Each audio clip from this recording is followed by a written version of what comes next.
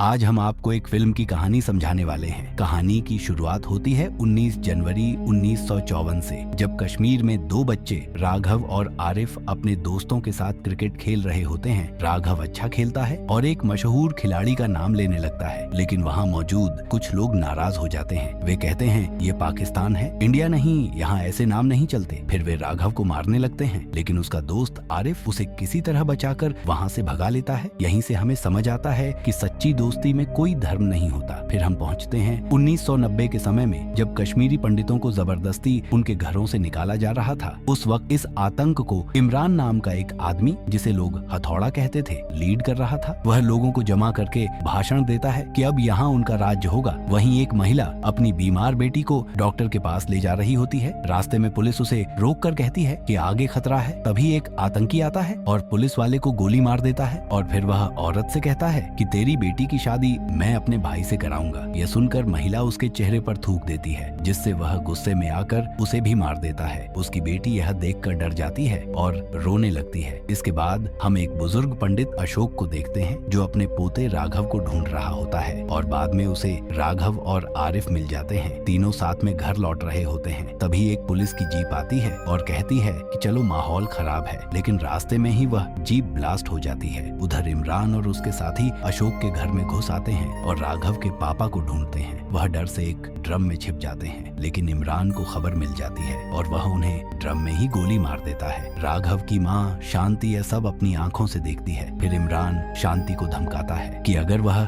अपने पति के खून से सना हुआ चावल खा लेगी तो वह उसे और उसके बच्चों को जिंदा छोड़ देगा। इसके बाद कहानी आज के समय में आती है, जहाँ अशोक का छोटा पोता कृष्णा दिल्ली से कश्मीर आता है, और वह अपने दादाजी की अस्थियां को लेकर आया होता है, क्योंकि उनकी मृत्यु हो चुकी होती है। वहाँ उसकी मुलाकात ब्रह्मदत्त से होती है, जो अब भी कश्मीर में रह रहे थे। धीरे धीरे अशोक के पुराने दोस्त भी वहाँ आते हैं, जैसे डॉक्टर महेश, एक पुलिस अफसर और एक रिपोर्टर। लेकिन कृष्णा को नहीं पता कि उसके माता पिता की मौत कैसे हुई थी। वह बस यही जानता है कि वह किसी एक्सीडेंट में मारे गए थे। इसके बाद सीन दिल्ली की यूनिवर्सिटी का होता है, जहाँ कृष्णा प्रोफेसर राधिका का लेक्चर सुन रहा होता है, और वह छात्रों को भड़काती है कि कश्मीर को भारत से आजादी चाहिए, और कहती है कि सरकार कश्मीरियों पर जुल्म कर रही है। वह यहाँ तक कहती है कि 1990 में कोई नरसंहार नहीं हुआ था। कृष्णा धीरे धीरे उसकी बातों पर विश्वास करने लगता है और यूनिवर्सिटी के इलेक्शन में हिस्सा लेता है। राधिका उसे अपने हिसाब से इस्तेमाल करने लगती है, और फिर एक फ्लैशबैक में हम 1999 का सीन देखते हैं, जहाँ अशोक ब्रह्मदत्त से मिलता है। वह कहता है कि उसके बेटे को खतरा है, क्योंकि लोग उसे पुलिस का मुखबिर समझते हैं। ब्रह्मदत्त कहता है कि वह कुछ करेगा। एक दिन ब्रह्मदत्त और अशोक का दोस्त सब्जी लेने जाते हैं। सब्जी वाला उन्हें पाकिस्तान की करेंसी देता है। अशोक को गुस्सा आता है और ब्रह्मदत्त सब्जी वाले को जेल भिजवा देता है। इसके बाद वह मुख्यमंत्री से मिलने जाता है, ताकि पंडितों की सुरक्षा की बात कर सके, लेकिन मुख्यमंत्री उसे ही दोषी ठहरा देता है। अब हम देखते हैं कि मुख्यमंत्री खुद आतंकी इमरान, जिसे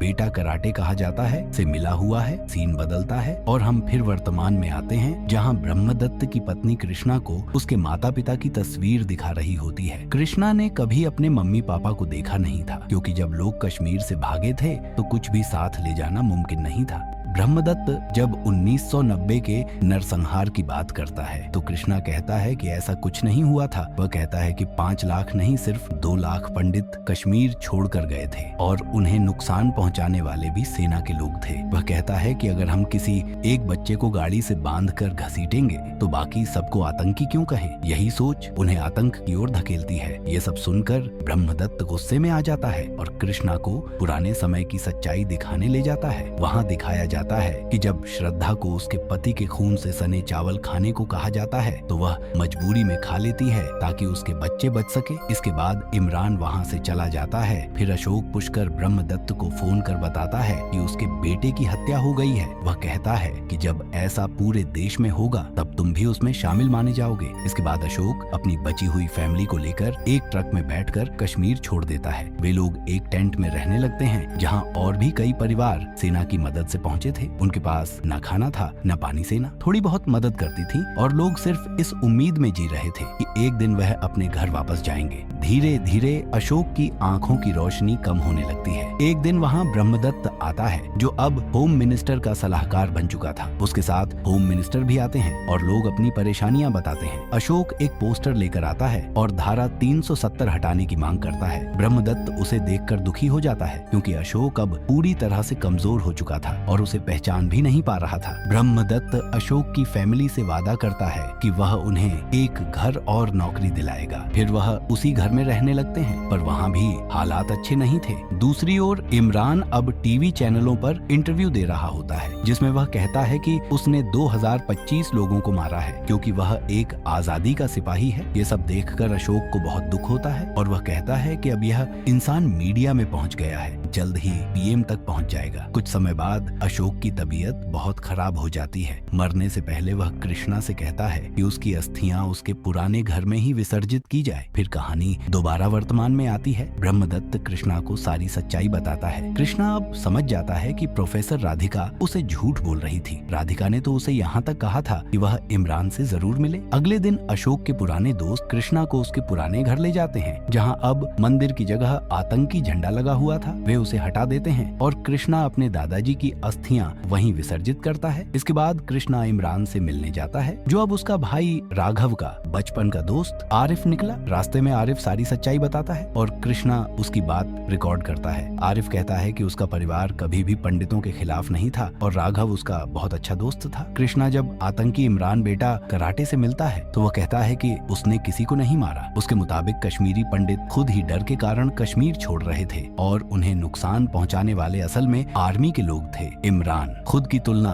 भगत सिंह और गांधी जी से करता है। यह सुनकर कृष्णा का दोस्त प्रणव उसकी बातों में आ जाता है और ब्रह्मदत्त से बहस कर बैठता है। ब्रह्मदत्त को जब लगता है कि अब बहुत हो गया तो वह कृष्णा के सामने 3 फाइलें रखता है। जब कृष्णा उन्हें पढ़ता है तो उसे पता चलता है कि इमरान ने ही उसके भाई शिव और माँ श्रद्धा को मारा था। यह जानकर कृष्णा अंदर से टूट जाता है। फिर वह अपने कॉलेज वापस जाता है जहाँ प्रोफेसर राधिका बच्चों को एक गाना गाकर बहकाने की कोशिश कर रही होती है। वह कृष्णा से कहती है कि वह प्रेसिडेंट बनने वाला है, इसीलिए उसे एक भाषण देना चाहिए। अब वक्त था जब सबको सच्चाई बतानी थी। कृष्णा माइक लेकर सबके सामने बोलना शुरू करता है। हजारों साल पहले महर्षि कश्यप कश्मीर आए थे और उन्हीं के नाम पर इस राज्य का नाम पड़ा। कश्मीर धीरे धीरे बहुत से पंडित, विद्वान और संत वहाँ पहुँचे और उन्होंने कश्मीर को ज्ञान की भूमि बनाया। फिर कृष्णा बताता है कि कैसे कुछ लोग जो शरण लेने के बहाने वहाँ आए थे उन्हीं ने बाद में कश्मीरी पंडितों पर हमला करना शुरू किया। उन्होंने न सिर्फ पंडितों को मारा बल्कि उन मुसलमानों को भी मार डाला जिन्होंने उनके खिलाफ आवाज उठाई। धीरे धीरे पंडित वहाँ माइनॉरिटी में बदल गए और लाखों को अपनी जान बचाकर भागना पड़ा। कृष्णा कहता है, आज हमारे पास ताकत है कि हम फिर से अपने घर लौट सके। अब हमें कोई नहीं रोक सकता। वह आगे बोलता है कि नेता बस लोगों को हिंदू मुस्लिम के नाम पर लड़ाना जानते हैं, कोई असली मुद्दों जैसे गरीबी बेरोजगारी की बात नहीं करता और हमारे भोले भाले लोग आपस में ही लड़ पड़ते हैं। इसके बाद कृष्णा अपनी माँ श्रद्धा और भाई शिव की कहानी सुनाता है। फिर हम देखते हैं कि कैसे आतंकियों ने आर्मी की ड्रेस पहनकर उनके घर पर हमला किया था। उन्होंने श्रद्धा से जबरदस्ती की और फिर सभी को मार डाला और यहीं पर कहानी खत्म हो जाती है। ये एक दर्दनाक सच्चाई थी जिसे अब कृष्णा ने सबके सामने उजागर कर दिया था। दोस्तों, अगर वीडियो अच्छा लगा हो तो लाइक, कमेंट, शेयर जरूर करना। फिर मिलते हैं एक नई कहानी के साथ।